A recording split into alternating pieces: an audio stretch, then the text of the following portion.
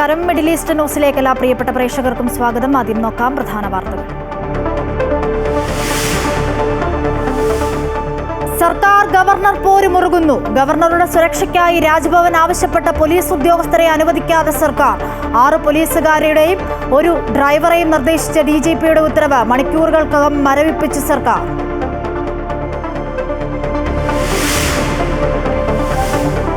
റവാഡ ചന്ദ്രശേഖർ സംസ്ഥാനത്തിന്റെ പുതിയ പോലീസ് മേധാവി. മന്ത്രിസഭാ തീരുമാനം സീനിയറായ നിതിൻ അഗർവാളിനെ മറികടന്ന്. UPSC ചുരുക്കപ്പട്ടികയിലെ 3 പേരിൽ ഭേദം റവാഡയെന്ന് മുഖ്യമന്ത്രി. കൂത്തുപറമ്പിൽ വെടിവെപ്പ് നടത്തിയ ഉദ്യോഗസ്ഥരിൽ ഒരാളാണ് റവാഡയെന്നും വിശദീകരിക്കേണ്ടത് സർക്കാരെന്നും P. Jayarajan.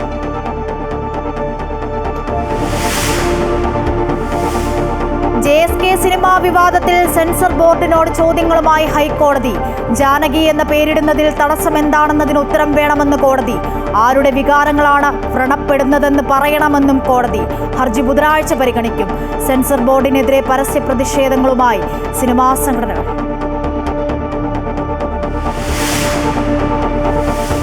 Thiruvananthapuram medical college ആശുപത്രിയിലെ ചികിത്സാ പ്രതിസന്ധിയിൽ 4-അംഗ സമിതിയുടെ അന്വേഷണം. ഉപകരണങ്ങൾ വാങ്ങുന്നതിൽ 1 വർഷമായി മെല്ലപ്പോക്ക് എന്ന പരാതിയിൽ ഉറച്ച് ഡോക്ടർ ഹാരിസ്. അന്വേഷണ സമിതിക്ക് മൊഴി നൽകി. ഹാരിസിന്റെ വാദം തള്ളി സൂപ്രണ്ടും പ്രിൻസിപ്പളും. ആശുപത്രികൾക്കുള്ള ഫണ്ടുകൾ വെട്ടിക്കുറച്ചു എന്നത് ശരിയല്ലെന്ന് ധനമന്ത്രി. മുൻ മുഖ്യമന്ത്രി VS അച്യുതാനന്ദന്റെ ആരോഗ്യനില ഗുരുതരമായി തുടരുന്നുവെന്ന് മെഡിക്കൽ ബുള്ളറ്റിൻ. രക്തസമ്മർദ്ദവും വൃക്കകളുടെ പ്രവർത്തനവും സാധാരണ നിലയിലായില്ല. മരുന്നുകളോട് പ്രതികരിക്കുന്നുണ്ടെന്നും ആശുപത്രി അധികൃതർ.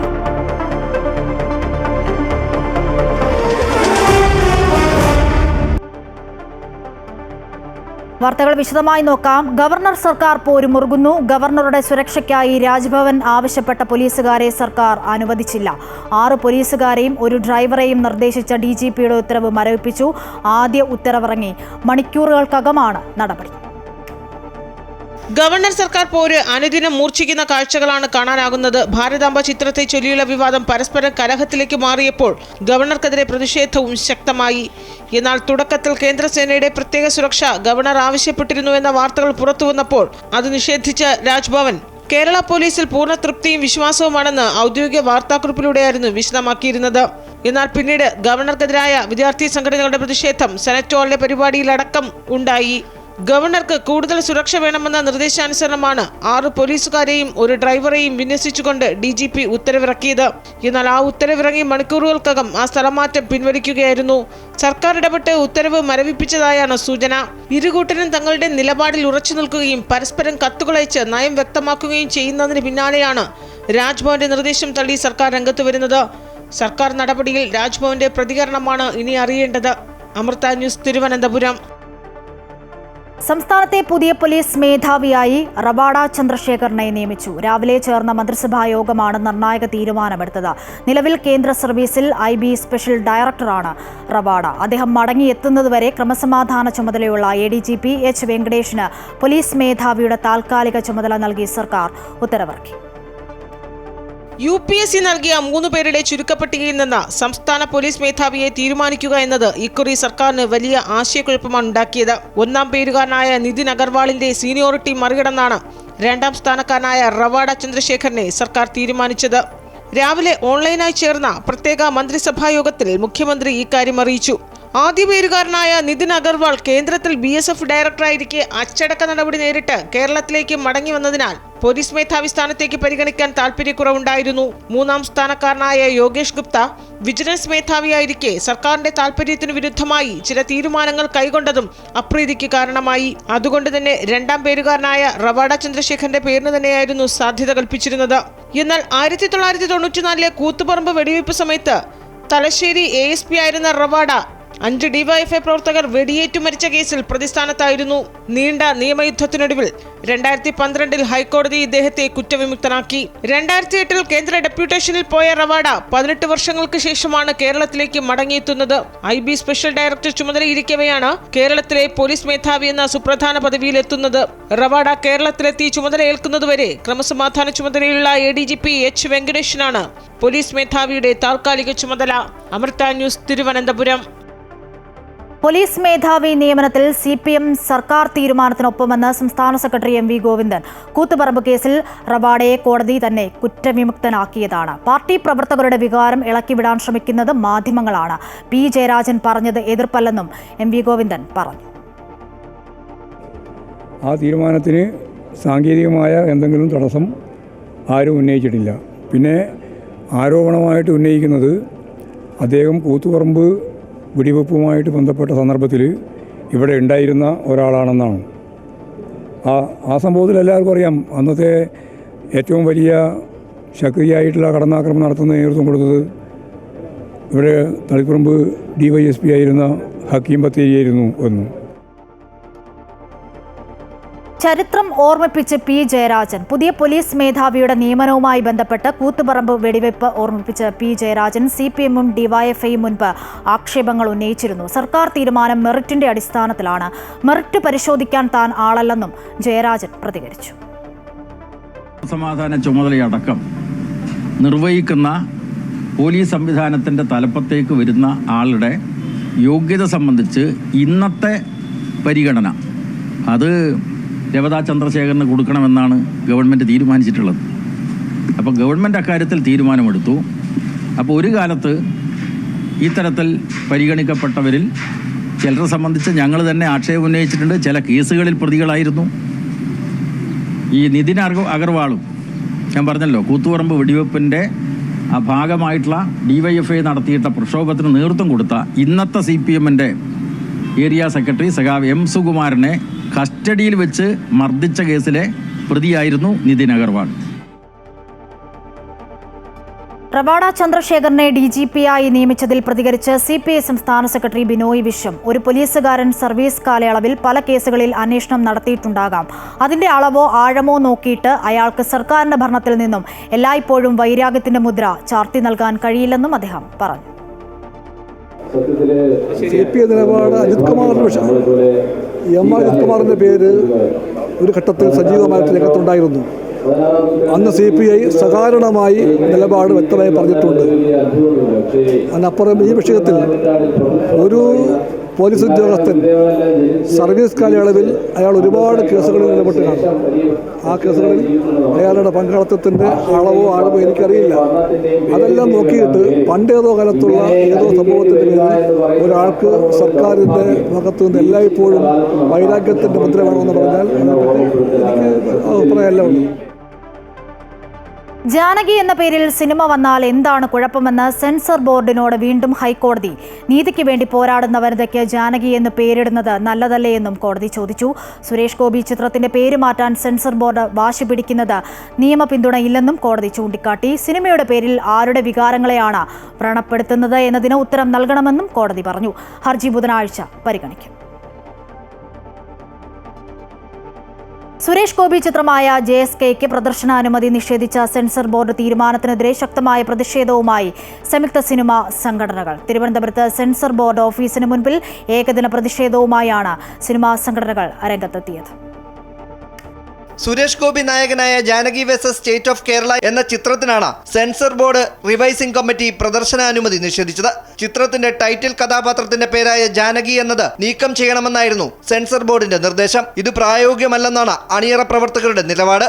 ചിത്രത്തിന്റെ റിലീസിംഗ് തടസ്സപ്പെട്ടതോടെയാണ് ഫെഫ്കയുടെ നേതൃത്വത്തിൽ സിനിമാ മേഖലയിലെ സംഘടനകൾ സംയുക്തമായി തിരുവനന്തപുരത്തെ സെൻസർ ബോർഡ് ഓഫീസിന് മുന്നിൽ പ്രതിഷേധം നടത്തിയത്. ആവിഷ്കാര സ്വാതന്ത്ര്യത്തിനുമേലുള്ള കടന്നുകയറ്റമായാണ് ഇതിനെ കാണുന്നതെന്നും സെൻസർ ബോർഡ് തീരുമാനം മാറ്റുന്നതുവരെ പ്രതിഷേധം തുടരുമെന്നും വിവിധ സിനിമാ സംഘടനാ നേതാക്കൾ പറഞ്ഞു.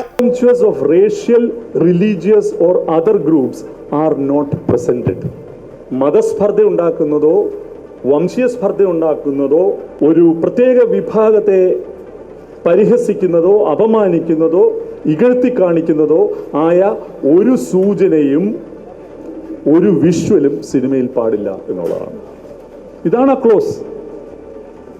ഈ ക്ലോസ് ചൂണ്ടിക്കാണിച്ചിട്ട് എന്താ പറയുന്നത്?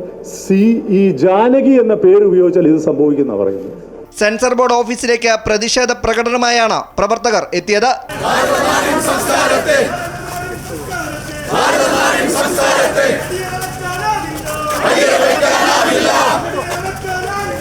അടിയറ വെക്കാനാവില്ല.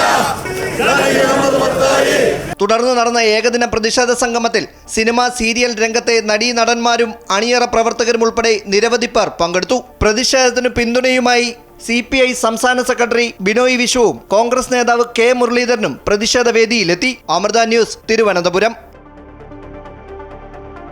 ഇനി ഗൾഫ് വാർത്തകൾ നോക്കാം. ലോക കായിക ഉച്ചകോടിക്ക് ആതിഥേയത്വം വഹിക്കാനൊരുങ്ങി ദുബായ്. ഡിസംബർ 29-30 തീയതികളിൽ ദുബായ് മദീനത്ത് ജുമറയിൽ ലോക കായിക ഉച്ചകോടി നടക്കുമെന്ന് UAE ഉപപ്രധാനമന്ത്രിയും പ്രതിരോധ മന്ത്രിയും ദുബായ് കിരീടാവകാശിയുമായ Sheikh Hamdan bin Mohammed bin Rashid Al Maktoum പറഞ്ഞു. ആഗോള പ്രശസ്തരായ കായിക താരങ്ങൾ, കായിക മേഖലയുമായി ബന്ധപ്പെട്ട വ്യവസായ പ്രമുഖർ, നയരൂപകർ എന്നിവരൊക്കെ ഉച്ചകോടിയുടെ ഭാഗമാകും. ഈ സമ്മേളനം ലോക കായിക മേഖലയുടെ ഭാവി രൂപപ്പെടുത്തുന്നതിൽ ദുബായിയുടെ പങ്ക് വർദ്ധിപ്പിക്കുമെന്ന് ഷെയ്ഖ് ഹംദാൻ പ്രത്യാശ പ്രകടിപ്പിച്ചു. UAE-യിൽ ജൂലൈ മാസത്തിലെ ഇന്ധനവില പ്രഖ്യാപിച്ചു. ജൂൺ മാസത്തെ അപേക്ഷിച്ച് ഇന്ധനവിലയിൽ വർധനവുണ്ട്. ജൂലൈ 1 മുതൽ സൂപ്പർ 98 പെട്രോളിന് ലിറ്ററിന് 2.70 ദിർഹമായിരുന്നു നിരക്ക്. സ്പെഷ്യൽ 95 ലിറ്ററിന് 2.58 ദിർഹം, E+91 പെട്രോളിന് ലിറ്ററിന് 2.51 ദിർഹം എന്നിങ്ങനെയാണ് മെയ് മാസത്തെ നിരക്ക്. ഡീസൽ വില 2.63 ദിർഹമാണ് മെയ് മാസത്തെ വില. മേഖലയിലെ സംഘർഷത്തിന്റെ പശ്ചാത്തലത്തിൽ ഇന്ധനവിലയിൽ വർധനവുണ്ടാകുമെന്ന് കരുതിയിരുന്നു. ആഗോള വിലയുടെ അടിസ്ഥാനത്തിൽ എല്ലാ മാസവും ഇന്ധനവില പുതുക്കി നിശ്ചയിക്കുന്ന രീതിയാണ് UAE പിന്തുടരുന്നത്. സൗദിയിലെ മലയാളികൾക്ക് പ്രതീക്ഷ നൽകി കൊച്ചിയിൽ നിന്നും ജിദ്ദയിലേക്ക് നേരിട്ടുള്ള സർവീസ് ആരംഭിച്ച ഇന്ത്യയിലെ ബജറ്റ് എയർലൈനായ ആകാശ എയർ സർവീസ് ആരംഭിച്ചു. 186 എക്കണോമി സീറ്റുകൾ വീതമുള്ള ബോയിങ് 737 മാക്സ് വിമാനങ്ങളാണ് സർവീസ് നടത്തുന്നതെന്ന് ആകാശ എയർ അറിയിച്ചിട്ടുണ്ട്. ശനി, ഞായർ, തിങ്കൾ എന്നീ ദിവസങ്ങളാണ് ആകാശ എയറിന്റെ സർവീസുകൾ ലഭ്യമാകുക. ശനി, ഞായർ ദിവസങ്ങളിൽ 2 സർവീസുകൾ വീതം ഉണ്ട്. കുവൈറ്റിൽ സർക്കാർ സ്ഥാപനങ്ങളിലും പൊതുമേഖലാ സ്ഥാപനങ്ങളിലും ജോലി ചെയ്യുന്ന പ്രവാസികൾ ഉൾപ്പെടെയുള്ള ജീവനക്കാരുടെ ശമ്പള ഘടന പുനഃസംഘടിപ്പിക്കുന്നു. സർക്കാരിന്റെ സാമ്പത്തിക പരിഷ്കരണ ശ്രമങ്ങളുടെ ഭാഗമായാണ് നടപടി. ഇതുമായി ബന്ധപ്പെട്ട് ധനകാര്യ മന്ത്രാലയം സിവിൽ സർവീസ് ബ്യൂറോയുമായി ഏകോപിപ്പിച്ച് പഠനം നടത്തിവരികയാണെന്ന് പ്രാദേശിക ദിനപത്രം റിപ്പോർട്ട് ചെയ്യുന്നു. നിലവിലെ ശമ്പള സ്കെയിലും അവ തിട്ടപ്പെടുത്തുന്ന രീതിയും പുനഃപരിശോധിക്കുന്നതിനും എല്ലാ സ്ഥാപനങ്ങളിലെയും ജീവനക്കാർക്കിടയിൽ നീതിയും തുല്യതയും ഉറപ്പാക്കുന്നതിനുമുള്ള നീക്കത്തിന്റെ ഭാഗമായാണ് ഇതെന്നും റിപ്പോർട്ടിൽ പറയുന്നുണ്ട്. സർക്കാർ സ്ഥാപനങ്ങളിലെ നിലവിലെ വേതന വ്യവസ്ഥയിലെ പോരായ്മകൾ പരിഹരിക്കുമെന്നും റിപ്പോർട്ടുകളുണ്ട്. സൗദിയിലെ വാണിജ്യ സ്ഥാപനങ്ങൾക്ക് മൂല്യവർദ്ധിത നികുതി അടക്കം രാജ്യത്തെ നികുതി സംവിധാനങ്ങളുമായി ബന്ധപ്പെട്ടുണ്ടായ പലവിധ പിഴകൾ ഒഴിവാക്കാൻ നിശ്ചയിച്ചിരുന്ന ഇളവ് ഡിസംബർ 31 വരെ നീട്ടി. സൗദി സക്കാത്ത് ആൻഡ് ടാക്സ് അതോറിറ്റിയാണ് ഇക്കാര്യം അറിയിച്ചത്. വാറ്റ് റിട്ടേണുകളുടെ തിരുത്തൽ, ഇലക്ട്രോണിക് ഇൻവോയ്സിംഗ് സംവിധാനം നടപ്പാക്കുന്നതുമായി ബന്ധപ്പെട്ട ഫീൽഡ് നിയന്ത്രണ ലംഘനങ്ങൾ, നികുതി പൊതുവ്യവസ്ഥാ ലംഘനം, നികുതി സംവിധാനങ്ങളിലെ രജിസ്ട്രേഷൻ വൈകിപ്പിക്കൽ തുടങ്ങിയ പിഴകളിൽ നിന്നും നികുതിദായകരെ ഒഴിവാക്കുന്നതിൽ നിശ്ചയിച്ചിരിക്കുന്ന ഇളവ് കാലാവധിയാണ് നീട്ടിയത്. കഴിഞ്ഞ വർഷം ഷാർജ എമിറേറ്റിൽ 279 മില്യൺ ദിർഹം വില വരുന്ന 1240 കിലോഗ്രാം മയക്കുമരുന്നുകൾ പിടികൂടിയെന്ന് ഷാർജ പോലീസ് അറിയിച്ചു. ഇതുമായി ബന്ധപ്പെട്ട് 680 പേരെ അറസ്റ്റ് ചെയ്തുവെന്നും പോലീസ് വ്യക്തമാക്കി. ജാഗ്രതയുള്ള കുടുംബം, സുരക്ഷിത സമൂഹം എന്ന പ്രമേയത്തിൽ ഷാർജ പോലീസ് നടത്തുന്ന ബോധവൽക്കരണ ക്യാമ്പയിന്റെ ഭാഗമായി ഷാർജ പോലീസ് ആസ്ഥാനത്ത് നടത്തിയ പ്രത്യേക സമ്മേളനത്തിലാണ് ഇക്കാര്യങ്ങൾ വെളിപ്പെടുത്തിയത്. മയക്കുമരുന്ന് പ്രതിരോധത്തിന്റെ ഭാഗമായി നടത്തിയ ഓപ്പറേഷൻ 91% വിജയം കണ്ടുവെന്നും അധികൃതർ വ്യക്തമാക്കി. അബുദാബിയിലെ ജനസംഖ്യയിൽ വർധനവ്. 2024 എമിറേറ്റിലെ ആകെ ജനസംഖ്യ 7.5% വർദ്ധിച്ച് 41,35,985 എത്തിയെന്ന് അബുദാബി സ്റ്റാറ്റിസ്റ്റിക്സ് സെന്റർ അറിയിച്ചു. 2014 താരതമ്യം ചെയ്താൽ 10 വർഷം കൊണ്ട് 51% ജനസംഖ്യാ വർധനമാണ് അബുദാബിയിലുണ്ടായത്.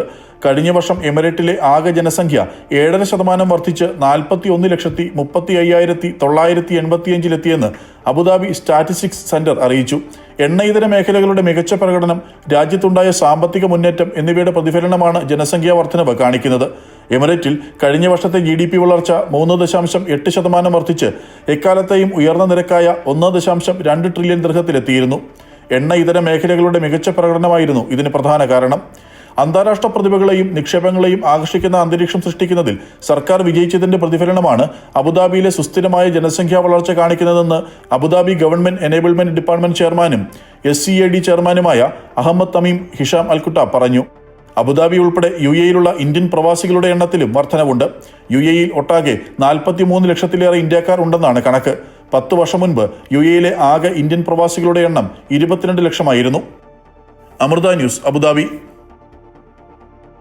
ദുബായിൽ എയർ ടാക്സി സർവീസിന്റെ പരീക്ഷണ പറക്കൽ വിജയകരമായി നടന്നു. UAE ഉപപ്രധാനമന്ത്രിയും പ്രതിരോധ മന്ത്രിയും ദുബായ് കിരീടാവകാശിയുമായ Sheikh Hamdan bin Mohammed bin Rashid Al മക്തൂമാണ് തന്റെ ഔദ്യോഗിക സമൂഹ മാധ്യമത്തിലൂടെ ഇക്കാര്യം അറിയിച്ചത്. ജോബി ഏരിയൽ ടാക്സി പറക്കുന്ന വീഡിയോ ദൃശ്യവും അദ്ദേഹം പങ്കുവച്ചു. RTA അതോറിറ്റിയും എയർ ടാക്സി സേവനദാതാക്കളായ ജോബി ഏവിയേഷൻ കമ്പനിയും സംയുക്തമായാണ് ദുബായിൽ പറക്കും ടാക്സി സേവനം നൽകുന്നത്. അടുത്ത വർഷത്തോടെ സർവീസ് പൂർണ്ണമായി ആരംഭിക്കുമെന്നും ഷെയ്ഖ് ഹംദാൻ സമൂഹ മാധ്യമങ്ങളിൽ കുറിച്ചു. കാലിഫോർണിയ ആസ്ഥാനമായ ജോബി ഏവിയേഷൻ വികസിപ്പിച്ചെടുത്ത എയർ ടാക്സി പൂർണ്ണമായും വൈദ്യുതിയിൽ പ്രവർത്തിക്കുന്ന വെർട്ടിക്കൽ ടേക്ക് ഓഫ് ലാൻഡിംഗ് സാധിക്കുന്ന ചെറു വിമാനമാണ്.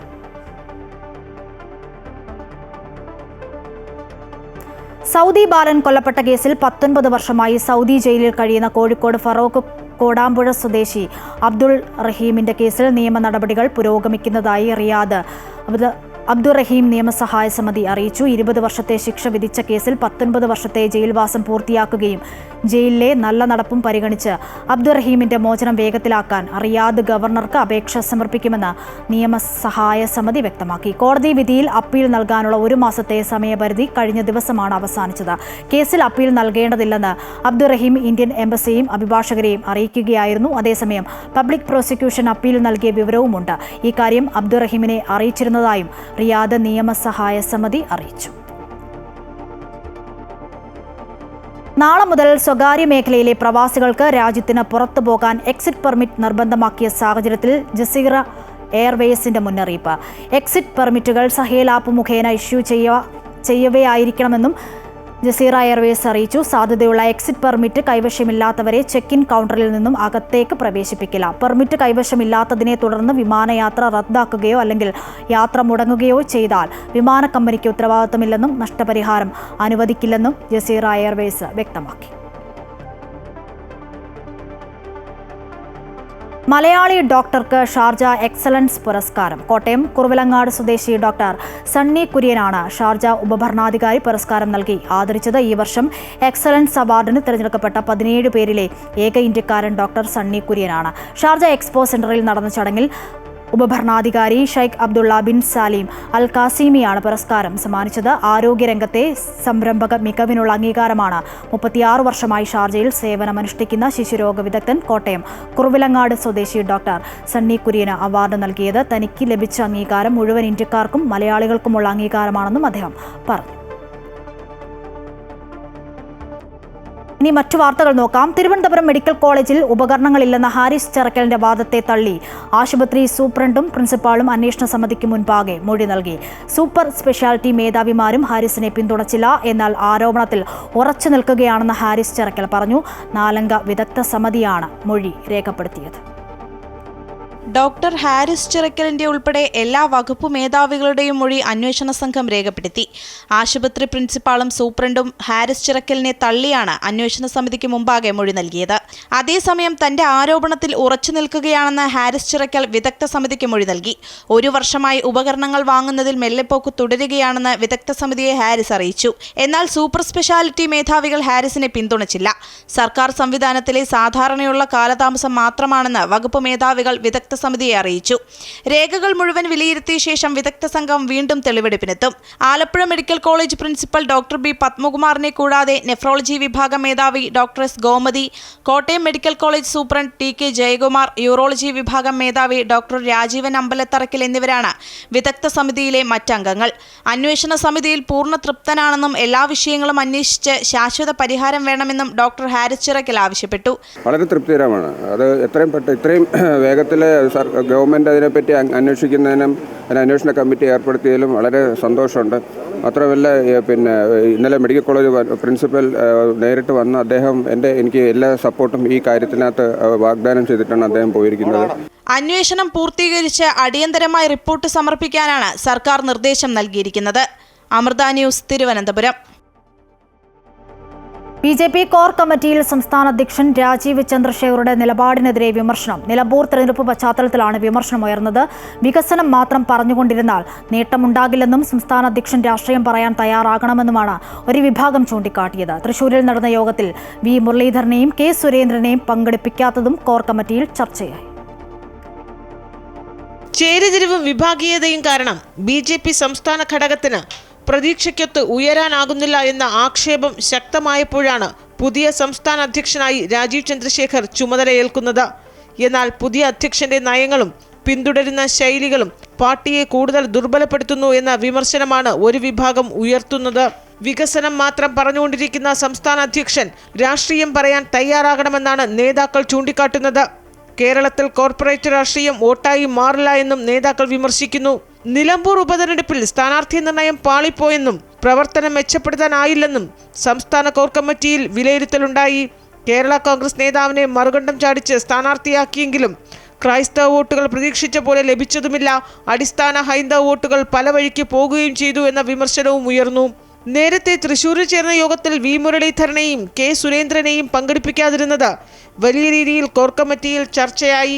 കൂടുതൽ ചുമതലകൾ ഉണ്ടായിരുന്നതുകൊണ്ടാണ് വിളിക്കാതിരുന്നതെന്നും എല്ലാവരെയും എല്ലാ യോഗത്തിലും പങ്കെടുപ്പിക്കേണ്ടതില്ല എന്നുമായിരുന്നു സംസ്ഥാന അധ്യക്ഷൻ ഇതിനോട് പ്രതികരിച്ചിരുന്നത്. കൂട്ടായ ചർച്ചകൾ നടക്കുന്നില്ല എന്നും വിമർശനമുണ്ടായി. കോർ കമ്മിറ്റിക്ക് ശേഷം മാധ്യമങ്ങളെ കണ്ട കെ സുരേന്ദ്രൻ തൃശൂരിലെ യോഗത്തിൽ പങ്കെടുക്കാത്തതിന് നൽകിയ മറുപടിയും ശ്രദ്ധേയമായി.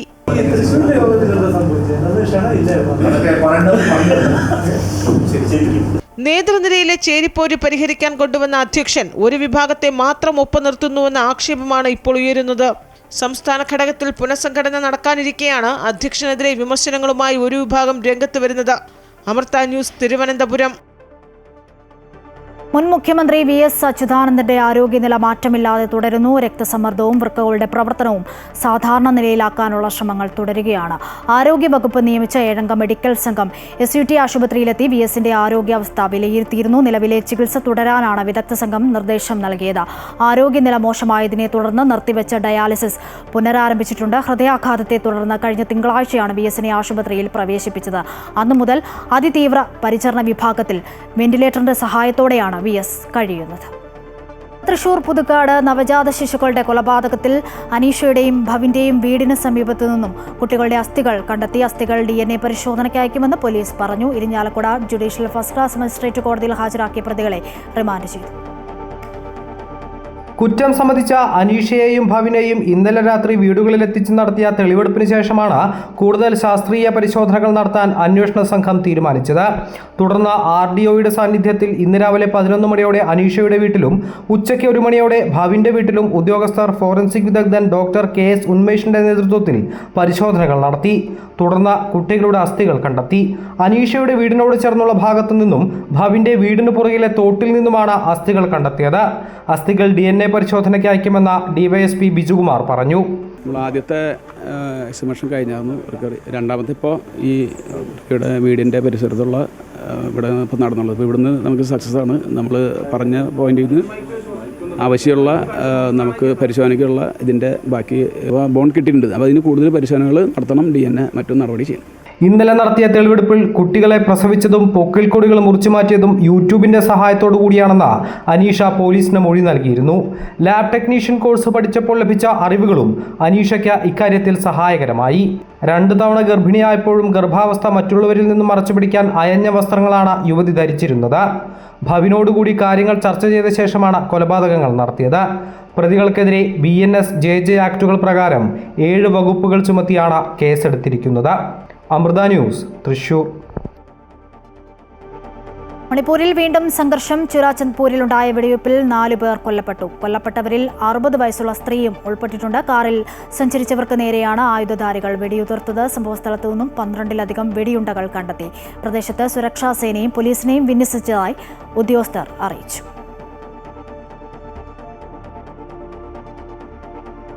ഇതോടെ ഈ വാർത്താ ബുള്ളറ്റിൻ പൂർണ്ണമാകുന്നു. കൂടുതൽ വാർത്തകൾക്കായി അമൃത ന്യൂസിന്റെ YouTube ചാനൽ സന്ദർശിക്കുക. നമസ്കാരം.